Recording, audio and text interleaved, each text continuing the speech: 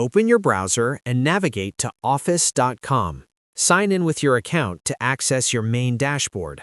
From the app panel on the left-hand side, click on the OneDrive icon. This will take you to your cloud storage area where you can manage all your files and existing directories.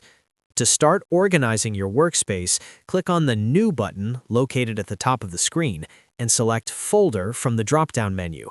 Keeping your files in specific folders is the best way to maintain a neat and professional environment on your PC, especially when managing high volumes of content.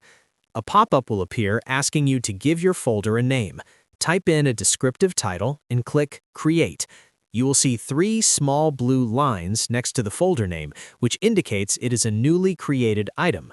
You can now begin dragging and dropping your documents or project assets into this new space to keep your work organized. If this helped, drop a like and subscribe.